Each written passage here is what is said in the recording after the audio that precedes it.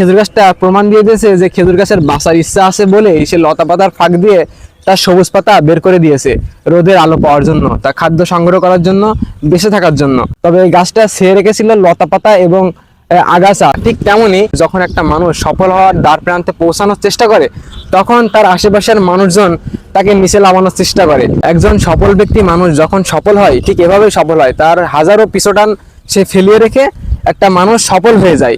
এই গাছটা তার জলজান্ত একটা প্রমাণ যে গাছটার লতা পাতা এবং আগাছা ভেবেছিল যে গাছটাকে বাড়তে দেবে না, গাছটাকে খাবার সংগ্রহ করতে দিবে না, তবে তারপরেও গাছটা বেঁচে থাকার জন্য সে সবুজ পাতা বের করে দিয়েছে। আর আজকের এই গাছটা প্রমাণ দিয়েছে যে এই গাছটার বাঁচার ইচ্ছা আছে বিধায় গাছটা লতা পাতার ফাঁক দিয়ে তার সবুজ পাতা বের করে গাছটা এখনো জীবিত আছে।